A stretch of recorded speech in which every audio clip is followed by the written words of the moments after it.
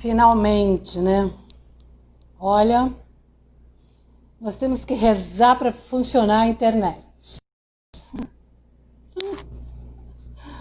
Mas finalmente, estamos aqui ao vivo, esperando quem vem, quem chega para a nossa roda de conversa.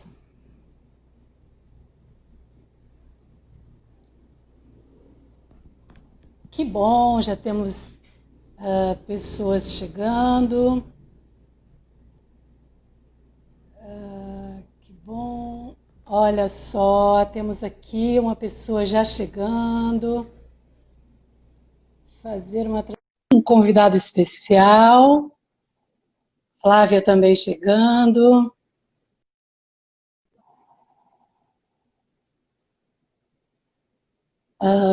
Nosso convidado chegando. Bom, enquanto isso, vamos... Ih, tem gente de Portugal, que maravilha! Tem gente de Petrópolis, tem gente de Recife. Ai, que bom, olha aqui, o convidado também já entrou, já está entrando. Vamos ver. Que coisa boa, temos gente aí de... Ih, temos gente da Espanha, que maravilha! Temos gente de todo lugar. Olha meu convidado entrando, que maravilha! Jorge Matos, grande Jorge Matos. Nara Matos. Querido, olha, você sabe que hoje... Tudo bem. Você sabe que hoje me perguntaram, um cliente me disse assim, olha, ele viu, né, a propaganda do nosso trabalho, da nossa live, disse, olha, posso fazer uma pergunta meio besta, meio idiota? Eu falei, claro que pode. Aí eu falei assim, eu posso também não te responder, né?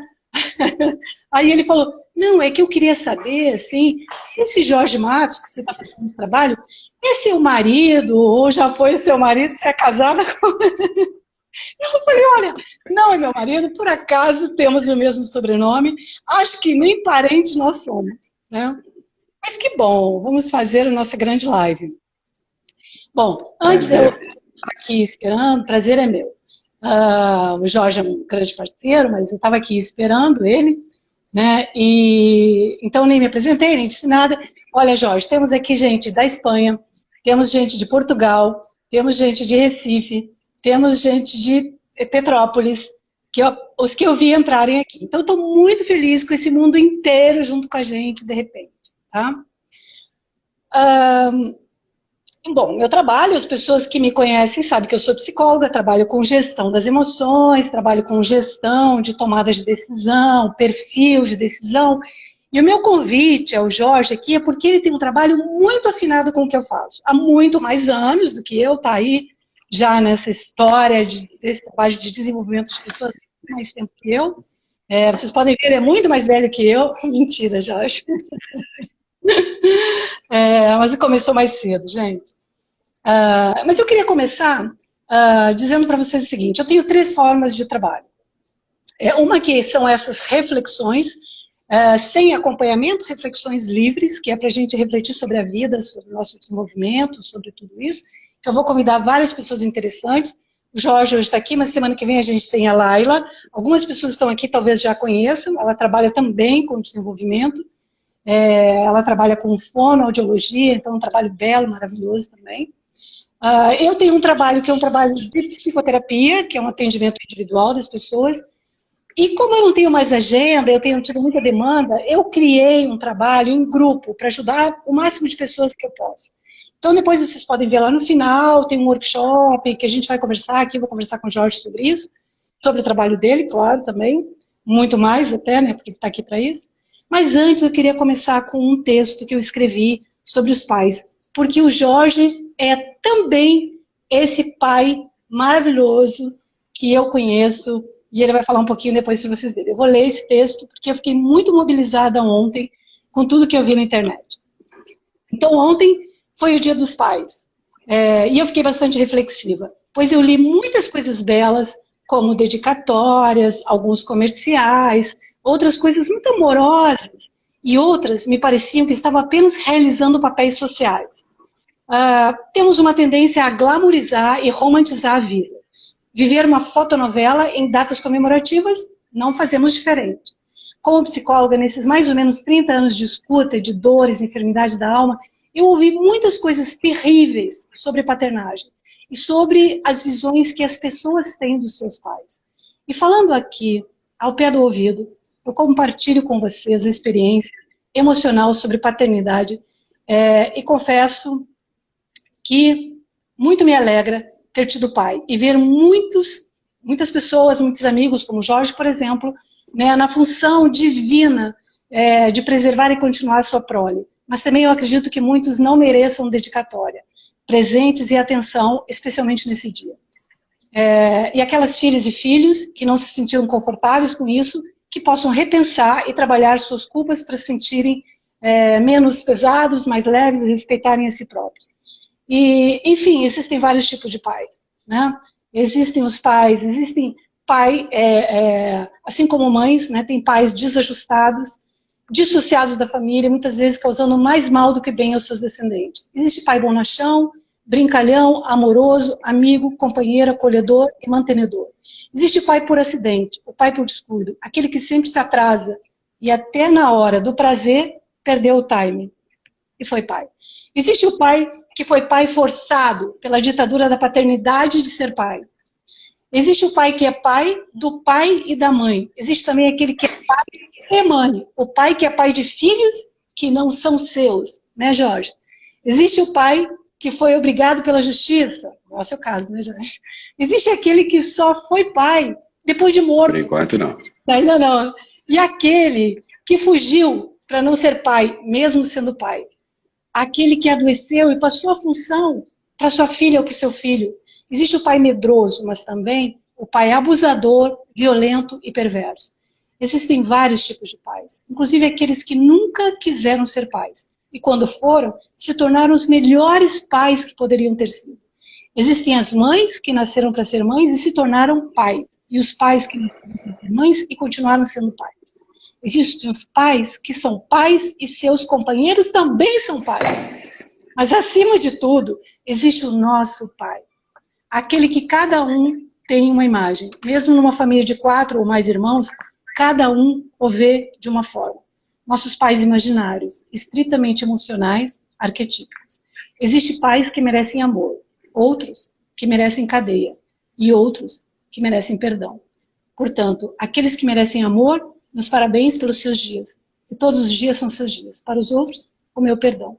E eu queria apresentar a vocês um grande pai, que é Jorge Matos, que não só cria seus filhos, como os filhos dos outros, e os seus grandes projetos, os seus grandes projetos, as suas grandes histórias.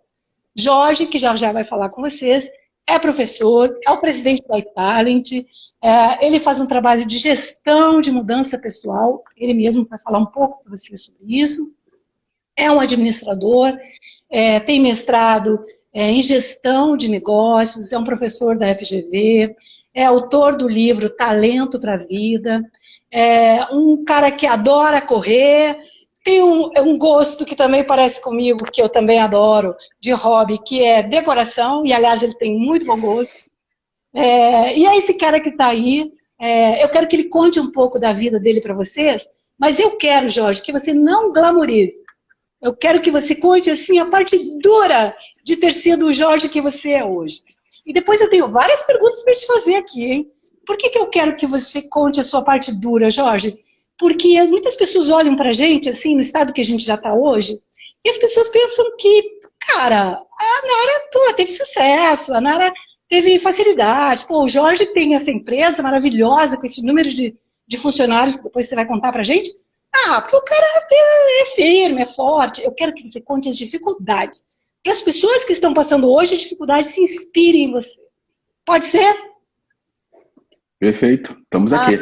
Então, Jorge, conta aí pra gente um pouquinho de você, do que é essa paternidade, como é que é para você ser pai, e como é que era a história aí também com a sua família, seus pais.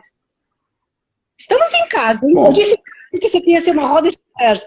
Você falou que ia ser uma roda só nós dois. Olha, pelo menos o tempo inteiro aqui já temos 19 pessoas te ouvindo e me ouvindo. Vamos embora. Legal, legal. Bom, na verdade, eu entendo na minha vida eu sou filho de pernambucanos, meio que retirantes, né? E tenho um filho, né? Filhos pernambucanos, né? Então, meu passado e meu futuro, de alguma forma, está ligado com o Nordeste do Brasil, e especificamente com Pernambuco. Meus pais tinham uma diversidade muito grande nas suas famílias, né? Eles meio que fogem das suas famílias, né? E vêm morar no Rio de Janeiro. E tem 3 filhos, né? Eu sou exatamente o do meio, né? Na verdade, a Ana, né, que tem 2 anos mais, e o Antônio, que tem 2 anos menos, e o Jorge, que vai fazer 60 anos o ano que vem, né? Bom, eu diria que se for para eu falar das adversidades, eu diria que eu sou talvez especialista nisso, né? Porque eu perdi o meu pai quando eu tinha 5 para 6 anos, né?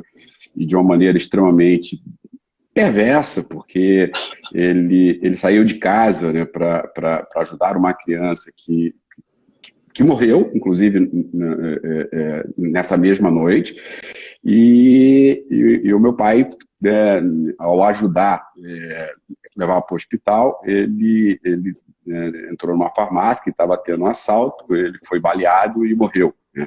Então, tanto meu pai quanto esse nosso amiguinho que morava próximo da gente, foram enterrados no dia seguinte.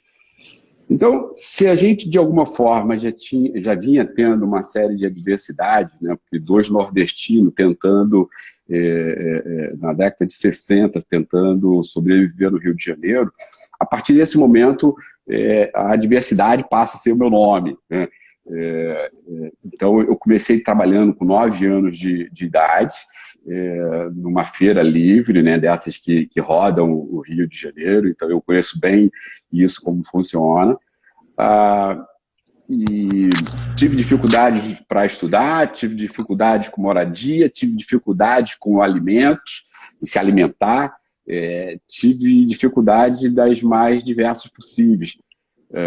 Mas eu entendo o seguinte, né, isso pode ser até um clichê hoje, porque todo mundo termina repetindo praticamente as mesmas coisas, mas você pode ver o mundo como uma ameaça ou pode ver como uma oportunidade. Eu diria que eu tento sempre ver como uma oportunidade. Não que eu esconda as ameaças, muito pelo contrário, eu tento trabalhar cada uma das ameaças que aparecem, né, a cada dia e tento superá-las, e tem sido assim a minha vida inteira. Então, eu tive dificuldade para tudo, para terminar o 1º grau, para terminar o 2º grau, para ir para a universidade, para pagar a universidade, né? Então, sempre trabalhando, né? Como eu disse, eu comecei com 9, praticamente não parei mais, 9 anos,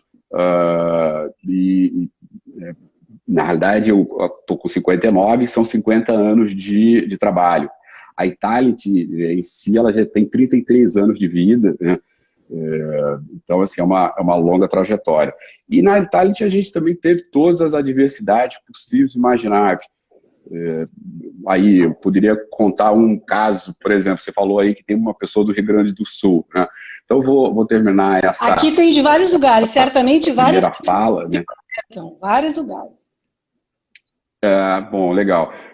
Mas eu tinha 26 anos, mais ou menos, usava um bigodão, um bigode grande, né? Porque acho que a ideia é parecer mais velho. E aí eu fui fazer um trabalho numa empresa aí no Rio Grande do Sul, né, em Porto Alegre, a Urgentrauma, que eu imagino que talvez ainda exista... minha terra, Rio Grande do Sul, né? Você sabe. Né? Eu sei disso, por isso que eu estou contando essa história. E aí foi muito interessante, porque era um dia extremamente frio, eu cheguei, como de costume, eu chegava 1 hora mais cedo, né? Eu sempre disse que o Murphy, nesse aspecto, ele me pegaria em muitos outros aspectos, mas em relação a começar um seminário, com tudo funcionando, com tudo dentro dos padrões, de fato foram 30 e poucos anos e ele nunca me pegou. Mas já me pegou em um monte de outras coisas, porque quando você se preocupa com um lado, você termina esquecendo do outro. Não tem jeito. A vida é o comportamento e as nossas atitudes. o comportamento e as nossas atitudes é como se fosse um cobertor curto. E aí,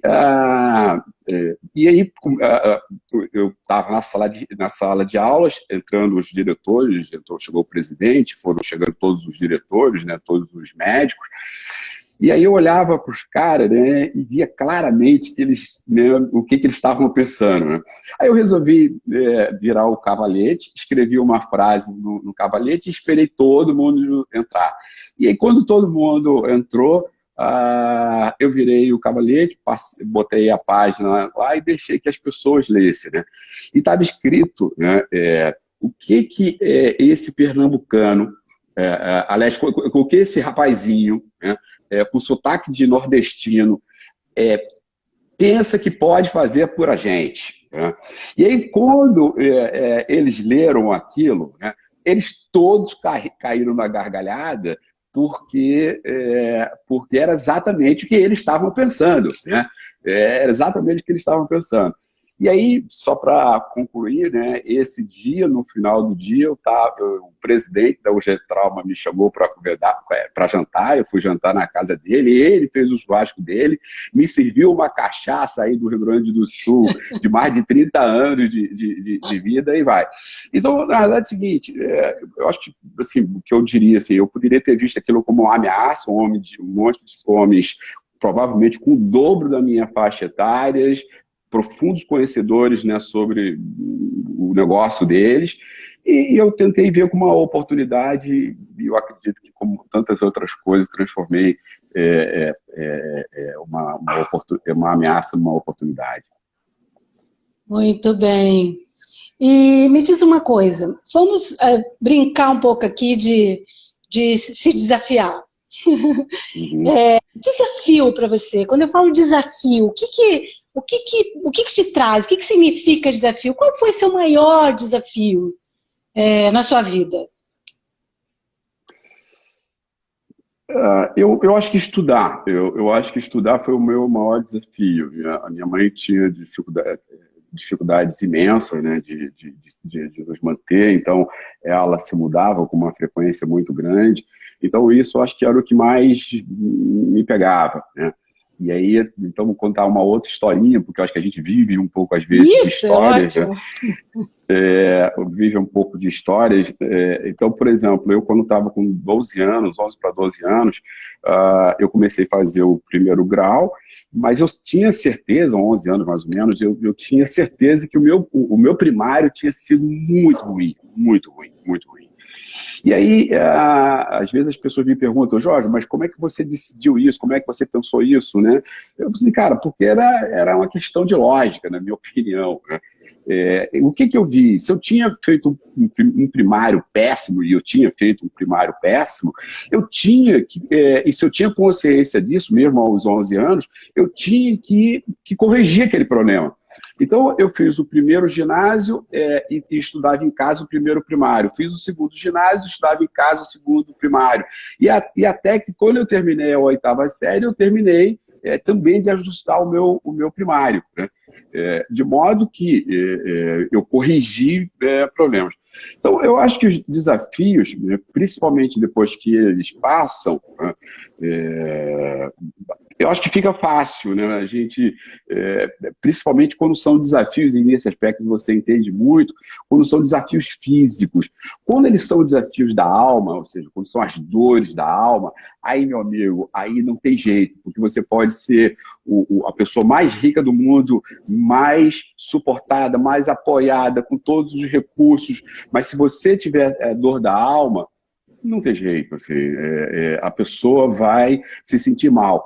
E eu acho que, apesar de ter passado fome, apesar de ter tido muita diversidade na minha vida, sempre eram problemas de natureza física, ou seja, quando eu comia, a fome passava, então está o problema resolvido. Então, eu diria o seguinte, o desafio grande para mim é, por exemplo, o que eu estou vivendo nesse momento. Eu, de alguma forma, me concentrei em algumas coisas no último ano, 1 ano ou 2 anos, deixei de lado algumas coisas importantes na Itália, e agora, com o grande CEO, né, que se chama Covid, né, que eu acho que é o CEO que manda agora em todo CEO mundo, do né, mundo, em tudo, é o CEO do mundo, eu comecei a dar atenção a uma série de coisas e comecei a ver que a gente tem uma série de adversidades, algumas das quais, nesse período de isolamento, que eu acho que a gente já está com quase 140 dias, né, 130 e poucos dias já de isolamento, não é nem mais isso, não é nem mais uma quarentena, é uma coisa única na história da humanidade, e aí eu estou aproveitando para tentar corrigir esses problemas. Estou feliz porque estou corrigindo, né? Então teve uma fase extremamente ansiosa porque eu não estava conseguindo, mas agora a gente acho que conseguiu o caminho das pedras. Então eu acho que o desafio é o desafio do presente, é o desafio de viver, de acordar e respirar, né? E dizer eu estou vivo e eu tenho coisas para fazer. Então acho que é E, isso. aliás, essa é uma característica tua, né, Jorge? Eu que te conheço, assim, pessoalmente, eu te acho uma pessoa, assim, muito dinâmica, mas também muito determinado, né? Você é um cara que tem motivação, você é determinado. Você acha que essas características, elas são, digamos assim, fundamentais no indivíduo, para que o indivíduo permaneça firme? Olha, aí a gente começa a entrar um pouquinho nas coisas que eu venho trabalhando, que eu venho pensando, que eu venho, de alguma Aproveita e forma, fala um pouco estudando. do DISC, Jorge. Aproveita e fala um pouco do DISC já, desse instrumento aí de revoluciona as cabeças, os comportamentos aí das...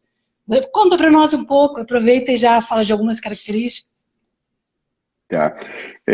Bom, então, como eu estava dizendo, né, eu entendo que existe uma equação, ela é relativamente muito simples, mas que é fácil de, vamos chamar, de você escrever essa equação, mas é muito difícil, né? Eu entendo que ela é muito difícil de colocar na prática.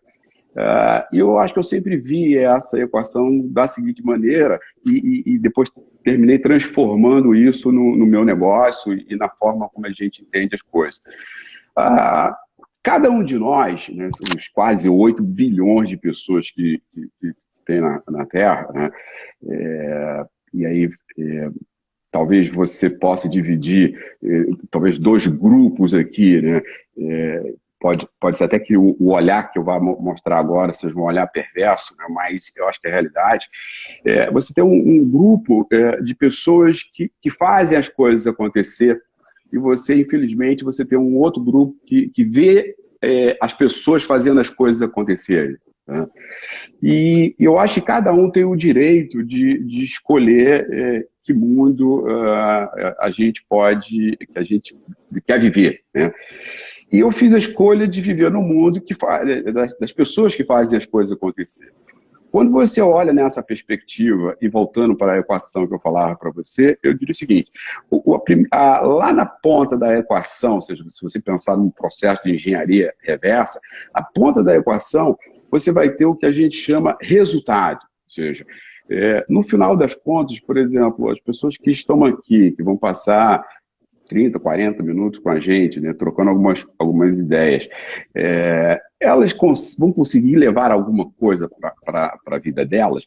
Se a resposta é sim, é possível que então você tenha me feito as perguntas corretas e eu tenha entendido e feito as respostas corretas.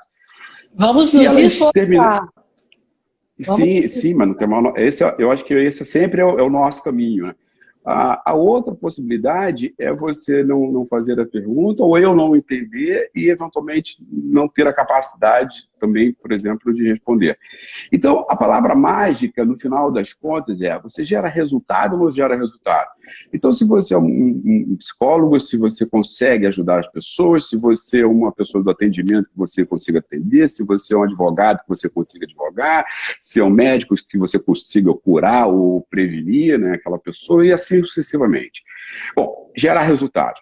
Quando, então, você sai desse último ponto da equação e faz uma nova pergunta no sentido inverso, você se pergunta, quem é que gera resultados? E você chega a uma conclusão que são as pessoas que têm o que eu chamo de atitudes de alta performance, né? Então, primeiro, o que é atitude? Atitude, na nossa visão, são todos e quaisquer movimentos de um indivíduo. É o pensar, é o falar, é o ouvir, é o tato, é o movimentar-se, é o estar parado, é o ver, né? Então, todos os movimentos de um indivíduo são as suas atitudes. Essas atitudes, então, elas podem ser classificadas como atitude de alta performance, ou seja, você consegue superar expectativas. Ele é de média performance, ou seja, você entra, o brasileiro não gosta disso, mas ele entra na mediocridade, ele é medíocre, né? E a terceiro é quando ele é de baixa performance, ou seja, ele não consegue nem ser medíocre, né? Ele é o que a gente poderia chamar aqui o incompetente, enquanto de alta performance seria o competente. Então, a gente tem que perguntar o que a gente se a gente quer gerar resultados, ok. Então, para gerar resultados, eu tenho que ter a atitude de alta performance. O medíocre, ele vai gerar um medíocre resultado. E o de péssima performance não vai gerar o resultado. Bom, então você chega nesse segundo patamar. E aí você vai para o terceiro patamar, né, a terceira questão, que é legal.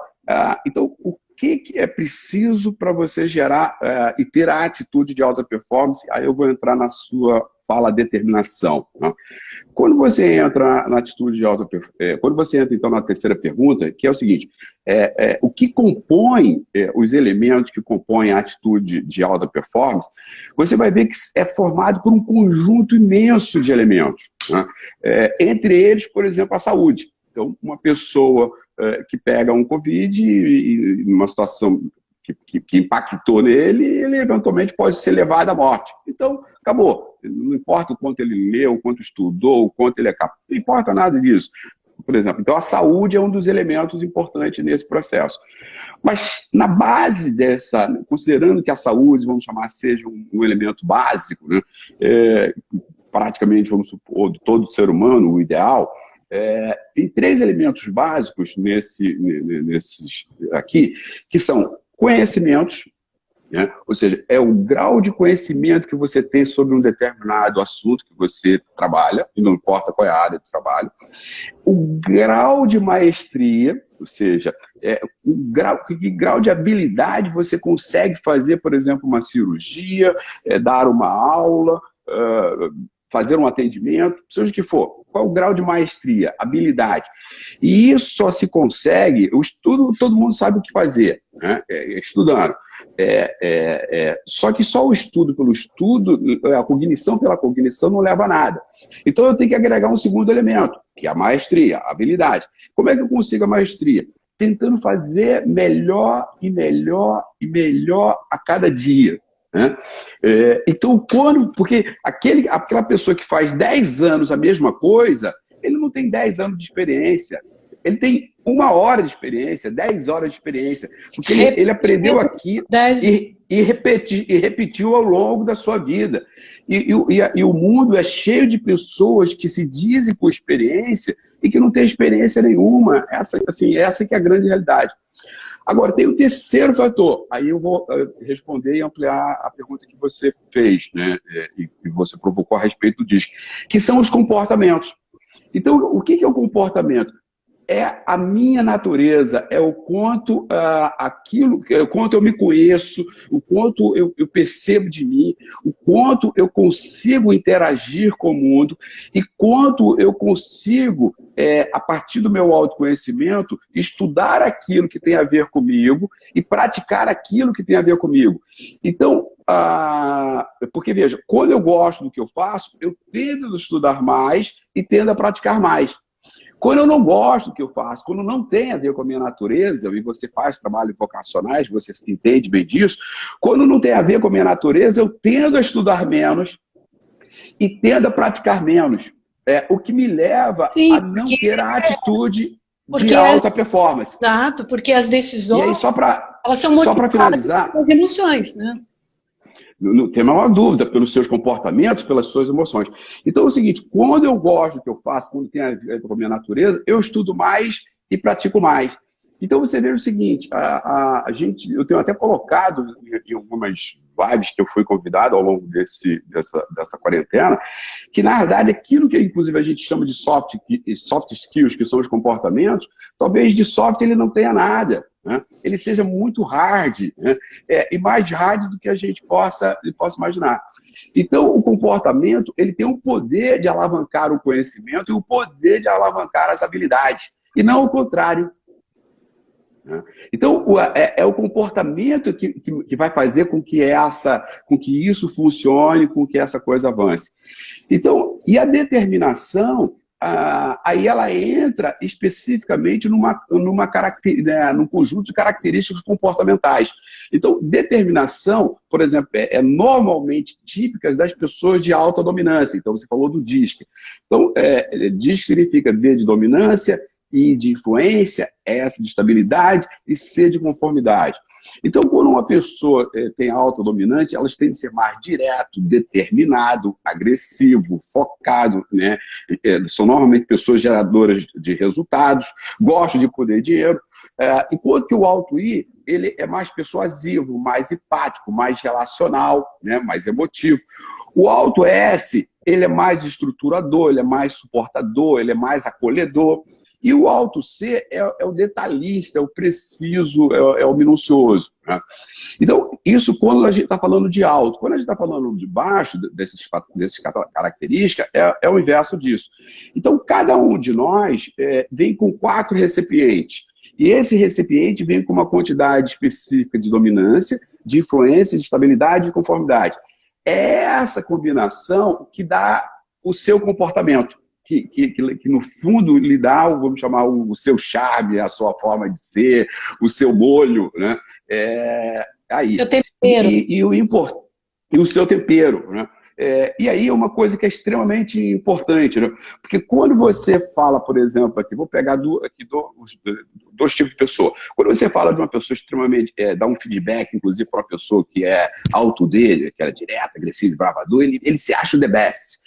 Quando você dá um feedback para as pessoas de alto C, detalhista, minucioso, ele diz, cara, eu sou the best, porque a ciência não existiria sem a precisão, a pesquisa, e vai. E aí eu brinco dizendo, quanto mais the best as pessoas se acham, mais de besta elas são. Porque o the best não está na individualidade. O the best está no time. Então, quando você se complementa e quando você se alavanca em outras pessoas. Então, a questão do comportamento ele tem um peso e uma importância muito, muito grande. Porque é ele, na minha opinião, que alavanca todas as demais coisas que você faz na vida. Então, aquele que se conhece, né, ele tem uma chance muito grande de ter mais sucesso. Já dizia Sun Tzu, né, no seu livro A Arte da Guerra. Se você se conhece, se você não se conhece, você perderá todas as guerras. Se você se conhece, mas não conhece o inimigo, você perderá uma guerra, uma batalha e vencerá outra. Agora, se você conhece a si e o inimigo, você vencerá todas as batalhas, né? E aí eu acho que você está fazendo um exercício para me conhecer mais, e aí eu estou ferrado porque você vai conseguir ganhar todas as batalhas. Eu já te conheço, mas não é suficiente para ganhar a batalha. Olha, então o DISC para que serve? Para que serve o DISC? Então, essencialmente, para que as pessoas passem a se conhecer seu comportamento, né? Conhecer as suas características comportamentais, né? Olha, quem criou o conceito do DISC, né, foi um professor, pesquisador, psicólogo da Universidade de Harvard, né, que é o William Moulton Marston. Ele foi vamos chamar, um divisor de águas, porque praticamente até ele começar essa forma de pensar, todos os estudos voltados para a psicologia eram para identificar as patologias dos indivíduos. E o William Moulton Marston, ele faz o contrário. Ele diz o seguinte: não, eu quero analisar as pessoas comuns, as pessoas no seu dia a dia que trabalham, e verificar o que cada um delas tem de melhor, né? Assim, eu considero o precursor da psicologia positiva, né? Não tenho a menor dúvida disso. Bom, quando você pergunta para que serve, na realidade é o seguinte: primeiro, na perspectiva do indivíduo, do ser humano, ajudar o indivíduo a se conhecer. Então, esse eu acho que talvez é o elemento mais importante, ele se conhecer. Na hora que ele se conhece, é importante que ele possa conhecer, por exemplo, a esposa dele, os seus irmãos e pares, os seus filhos e, por exemplo, subordinados, e aí vai. Então, quando ele conhece o conjunto, vamos chamar, das relações, ele começa travando uma relação completamente diferente quando ele está no mundo do desconhecido. Então, as relações mudam. Então, na verdade, é o seguinte: o uso do DISC, do ponto de vista individual, ele se aplica para o autoconhecimento, ele se aplica no processo de coaching, ele se aplica no processo de terapêutico, ele se aplica a dezenas de usos. E do ponto de vista corporativo, a gente dividiu, por exemplo, recursos humanos em quatro, no campus, em 4 grandes eixos. Então, o primeiro é a atração. Então, ele ajuda a inserir o aspecto comportamental na atração, e a gente tem feito a seguinte pergunta: o que é mais fácil? Aprender novos conhecimentos ou mudar comportamentos? Né? E a resposta que a gente tem ouvido de milhares de pessoas ao longo de 30 anos, que o mais fácil é aprender novos conhecimentos. Então, se aprender novos conhecimentos é mais fácil do que mudar comportamentos, o que a gente deveria fazer? Mudar a lógica do processo de recrutamento, do processo de atração de pessoas, e inserir o comportamento lá no início. Ideal. Exatamente. Ideal possível. Você inicia lá no processo. Então, o comportamento você pode utilizar em todo o processo de atração, dentro do conceito que a gente chama de cubo de competência, né, que são aqueles 3 elementos: conhecimento, comportamento e habilidade. Então, eu tenho que ver qual é o conhecimento que o indivíduo tem para aquele cargo que ele vai desempenhar, qual é o grau de maestria e habilidade que ele já desenvolveu, e qual é o comportamento, se ele atende ou não às necessidades daquele cargo. Bom, então, na atração, depois na educação. Quando você vai fazer o onboard do indivíduo na empresa, o processo de integração dele, de ambientação, a primeira coisa que você deveria dizer é o seguinte: olha, o porquê que ele foi contratado. Né? Porque grande parte das pessoas que são contratadas, elas não sabem o motivo pelos quais elas foram contratadas. Né? Então, desde a ambientação, o processo de desenvolvimento, a montagem dos seus planos, na educação ele pode ajudar de maneira extremamente ampla. Aí você vai para um terceiro patamar, que é a gestão. O que os líderes podem fazer quando eles conhecem e utilizam tecnologias como essa? Por exemplo, como o iTalent Pro.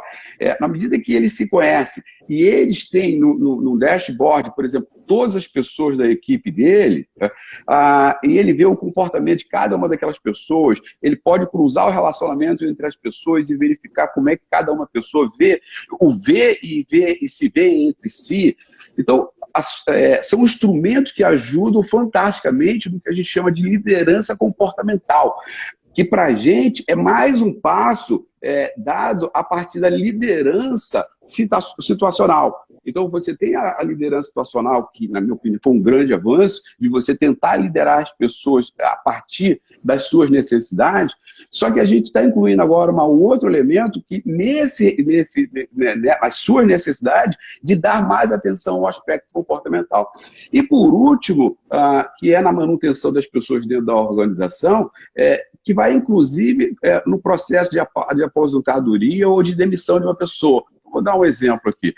Uma pessoa se aposenta depois de 30 anos dentro de uma empresa, pega lá todo o dinheiro que ela conseguiu juntar a vida toda, todo o FGTS, e ele decide, por exemplo, que quer empreender, né?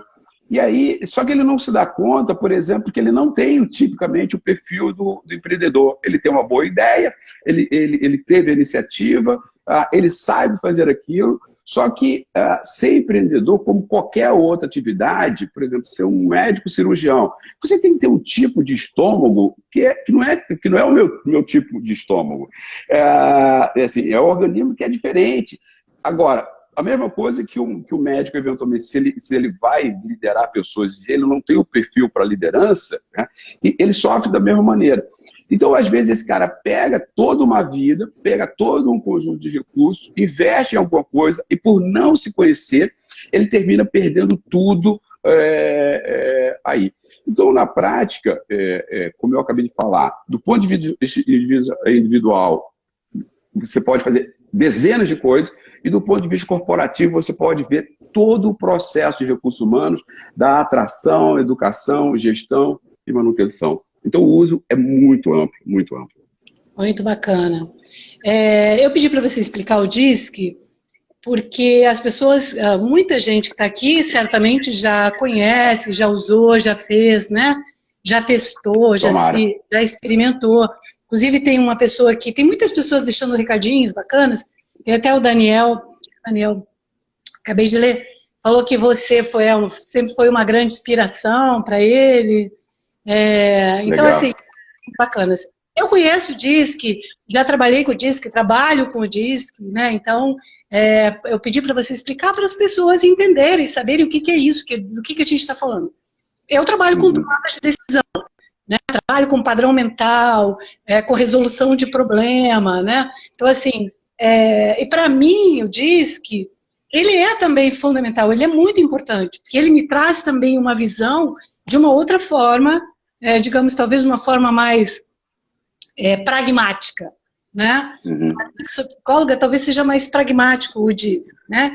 O que é muito bom também, porque tem momentos, tem situações que eu preciso de uma forma pragmática de trabalhar. Apesar de eu trabalhar bastante com o subjetivo, a minha forma de trabalho, o meu formato é muito pragmático, né?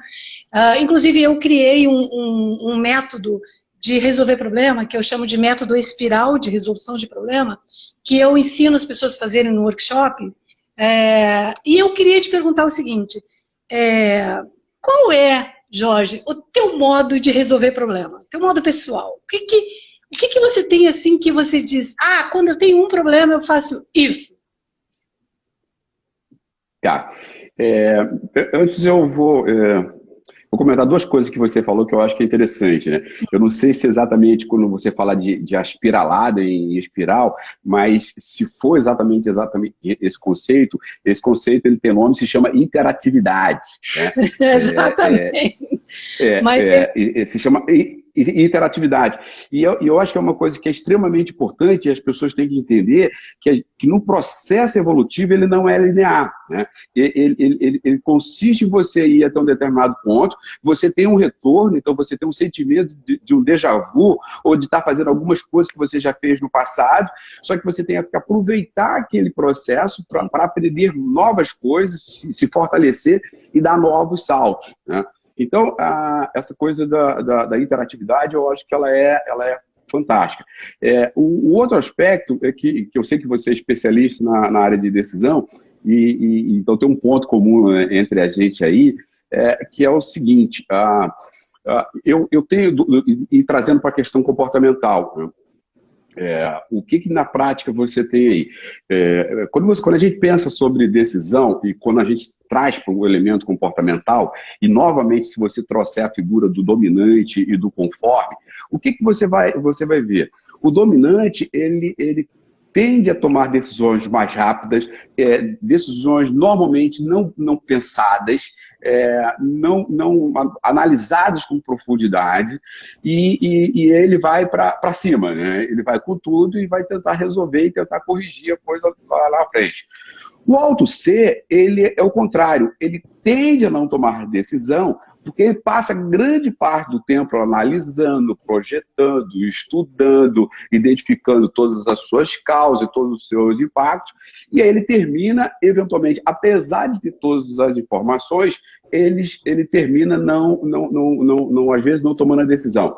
Então, vejam só, ambos cometem erros. ambos cometem erros.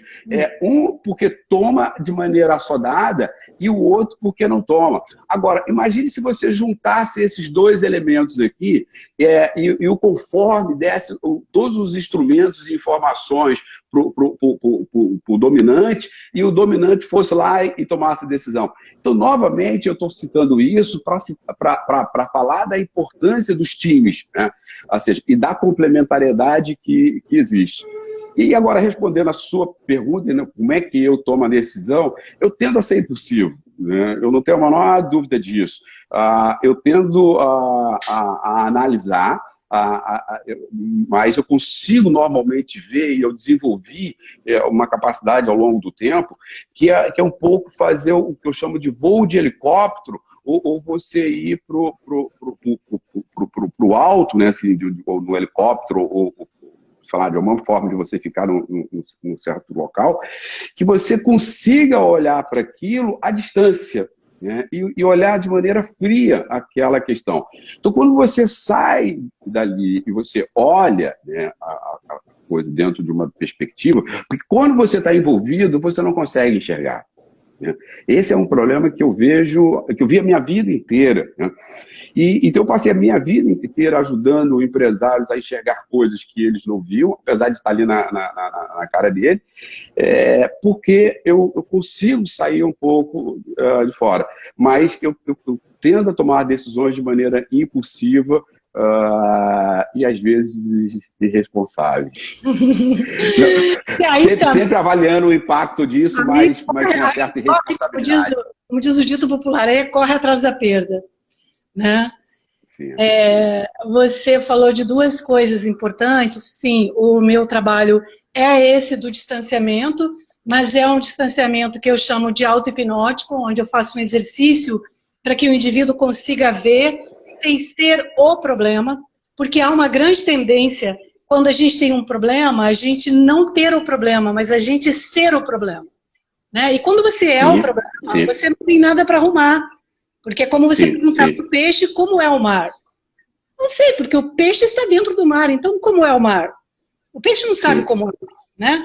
Então eu costumo dizer para as pessoas, você não é uma moto, se você tem uma moto. Você tem uma moto, você não é um carro, você tem um carro. Então você não é um problema, você tem um problema. Né?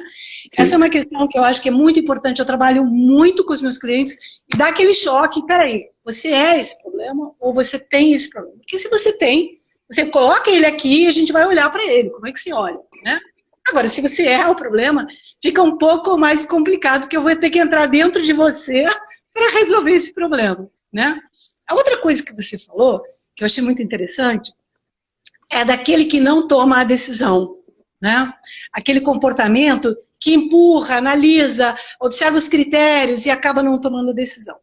Muitas pessoas já me perguntaram, me questionaram, disseram, Nara, a pessoa que não toma uma decisão, ela já por si só já tomou a decisão? Eu discordo, eu acho que não, ela não tomou a decisão. Por quê? Porque uma vez que você não toma uma decisão, essa decisão é terceirizada. Ou para outra pessoa tomar, ou para o tempo. Ou o tempo vai resolver aquele problema, aquela questão, ou outra pessoa vai resolver aquela questão. Então, tem uma coisa muito...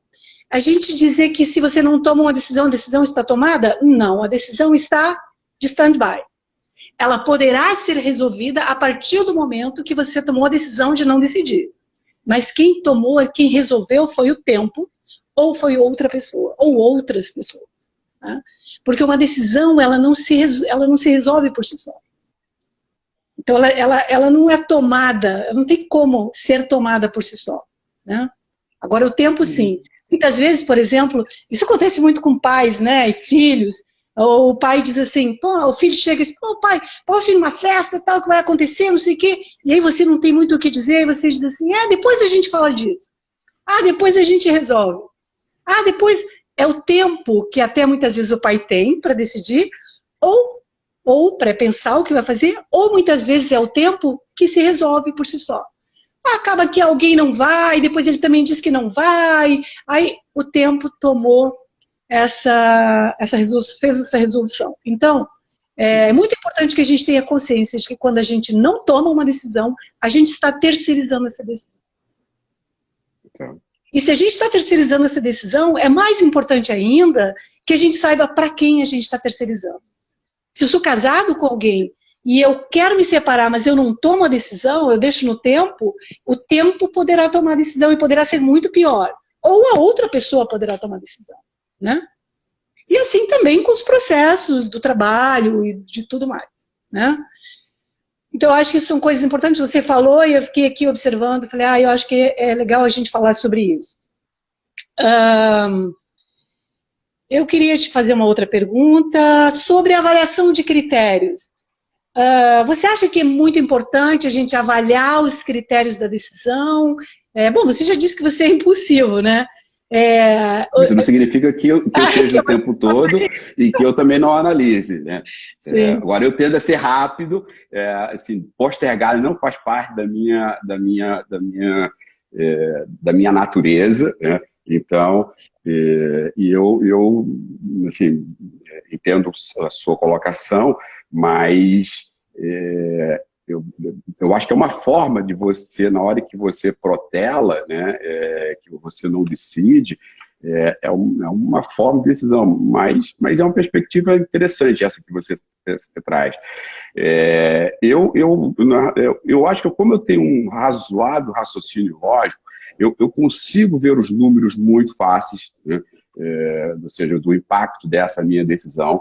Eu consigo ver, eu acho que assim, do ponto de vista empático, né, eu consigo um pouco perceber os sentimentos que vão estar vamos chamar, com as pessoas envolvidas, e outras variáveis, né, outros elementos que compõem o processo de decisão. E aí, veja, às vezes você tem que tomar, às vezes, decisões, né, duras, que não é fácil de você tomar, mas que a vida lhe impõe. E tem outras coisas que, às vezes, você não precisa decidir porque decidido já está, às vezes você não tem opção, né? Assim, eu entendo que para você decidir, você tem que ter pelo menos duas alternativas. Se não tem uma segunda alternativa, então a decisão já está posta. Olha, tem muitos recados. A Cavalcante, sou muito fã do trabalho do Jorge, ele é um querido, ele é um inspirador, é isso mesmo, gostei demais dessa perspectiva. Colocou, não sei se foi para mim ou para você, mas de qualquer forma, é um pouco do que a gente está falando aqui, né? Eu queria fazer o seguinte, acabei de tomar uma decisão. Existe o pensamento rápido e o pensamento devagar. Eu tenho pensamento rápido, como você, embora não seja tão dominante como você, né? Eu sou mais né? Eu sou mais influência. Mas eu acabei de tomar uma decisão aqui, eu tenho esse workshop que vai acontecendo, né? Está sempre acontecendo, eu estou com um que vai começar aí, eu vou colocar para as pessoas que se inscreverem hoje, 5 pessoas que se inscreverem hoje no workshop, eu vou dar para essas pessoas o direito de elas fazerem o disque de graça, hein? Eu não sei como Maravilha. isso vai ser. Presentaço. Eu não sei como isso vai ser. Como isso vai ser. Presentaço. E eu quero que você deixe, então as pessoas podem ir lá na bio, ali na minha bio, aqui embaixo, procurar, podem ver como é que se inscreve. Eu quero que as pessoas depois, que você diga depois como é que as pessoas te encontram, né? E eu quero que você deixe um recado para as pessoas, uma dica do que fazer agora para esse novo, né, que é a nossa grande questão aqui do nosso momento, da nossa live e agora? Uma coisa rapidamente, porque a gente tem 4 segundos, ou 4 minutos, 4 segundos. Rápido. O que fazer agora, nesse novo momento? Viver. Muito bem, viver, dá para dizer... E não ter vergonha de ser feliz, né? Eu estou vendo que tem um monte de gente que está com medo de tudo e de todos, né? E eu acho que, assim, algumas pessoas vão sair muito impactadas negativamente de todo esse processo. Eu assim, pode ser até com uma certa irresponsabilidade, mas eu tenho o privilégio de morar aqui na frente, né, do Pão de Açúcar, ter o aterro aqui na frente. Eu diria que toda a quarentena, sem exceção, e tem feito dias maravilhosos, eu tenho feito lá minha caminhada de 6, 7, 8, 10, 12 quilômetros, E tenho tentado viver tenso, naturalmente sim, né? Com a expectativa de alguma coisa acontecer com você ou com alguém seu, como algumas pessoas próximas de mim foram extremamente impactadas. Hoje eu estou com um amigo que está saindo depois de mais de 120 dias de hospital, né? Então, assim, ele para mim, que é incrível, né? E eu acho que, por exemplo, se talvez perguntar para ele o que ele quer nesse momento é viver. Ótimo. Então, olha, semana que vem tem outra live aqui com a Laila, uma querida, maravilhosa, que o Jorge também conhece, uma pessoa um profissional de Muito, excelência. adoro. Uma profissional de excelência, maravilhosa, não Adoro perca. a Laila. E olha, convido vocês para viver com a gente. Eu também quero viver, eu também tenho uma vida que flui diariamente em mim, acredito. Uma das questões de eu trazer esse e agora o que vamos fazer? Então, semana que vem saberemos da Laila, e agora, Laila? O Jorge disse que agora vamos viver cada vez mais. Não é isso, Jorge? Eu vou ler mais um pouquinho. Eu tenho acompanhado a Laila, ela tem vivido e tem crescido enormemente nesse período, né? Ela tem transformado literalmente limão em limonada e está surfando, né? Então ela é simplesmente uma mulher incrível, uma mulher fantástica. Sim, E assim, sim. que todos aqui possam ouvi-la, porque realmente é um presente. Que bom, que bom. Olha só, ótima história do Jorge. Os recadinhos aqui, olha. Grande Jorge, William Amaral, grande Jorge, sempre foi uma inspiração para mim. Muitos recadinhos, muitas palminhas pra gente. Oi, queridos, a Laila mandou. Olha aí, ó, ela estava por aqui também. Que bom, que bom. Muito bom. E Tatiane Costa disse, o agora é agora. Então, Kelly também disse, vamos viver, isso mesmo. A gente está aqui para viver. Então, como é que as pessoas te encontram, Jorge? Te encontram pelo Instagram? Olha, eu acho que assim, hoje é super fácil, né? Basta googar Jorge Matos e Talent e vai encontrar fácil. Então, estou lá no Facebook, no LinkedIn, no Instagram, tem um site da iTalent, né, que é o italent.com.br. Então, assim, eu acho que me encontrar é a coisa mais fácil do mundo. E eu estou sempre disponível. Não dá nem para a gente fugir, é verdade, né? A verdade é que não dá, não dá. Olha só, e na verdade a gente tem mais um tempinho. Quer deixar mais algum recado? Quer... Olha, novamente, né, eu acho que a gente chegou a mais de 100 mil mortes, né, no Brasil. Isso é um dado extremamente perverso, né? Ninguém quer perder uma vida, né?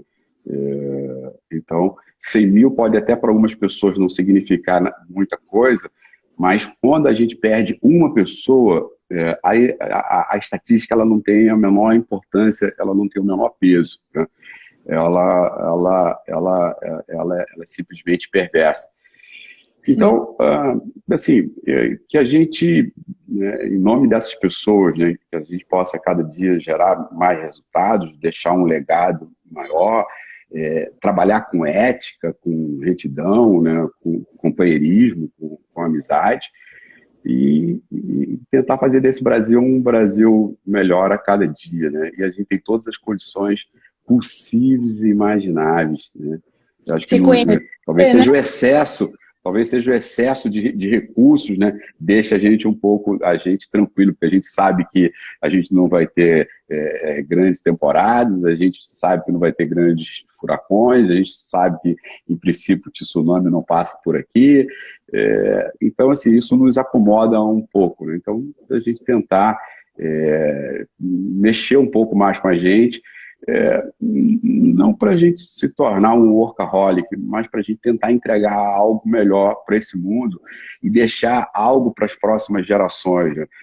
Eu sou muito grato, né, por ter chegado até aqui, e espero que o meu filho possa ter o filho dele, né, e fazer com que as gerações elas continuem. Mas, assim, todas as gerações que nos antecederam, eles tiveram muito mais adversidade do que a gente tem hoje, né? Eu acho que a gente vive um mundo de completa abundância, né? Então, a gente vive num mundo de abundância. Essa que é a grande verdade. E às vezes a gente não sabe aproveitar a abundância, tanta abundância que existe. Isso aí. Então, vamos aproveitar o tempo. Tomada de decisão também é uma questão de tempo, de observar o tempo, analisar o tempo. Vamos observar a nós mesmos, observar o que a gente pode fazer pelo outro, né? Não ficar aí ensimismado. E como eu falei da outra vez, e agora o mergulho é para dentro.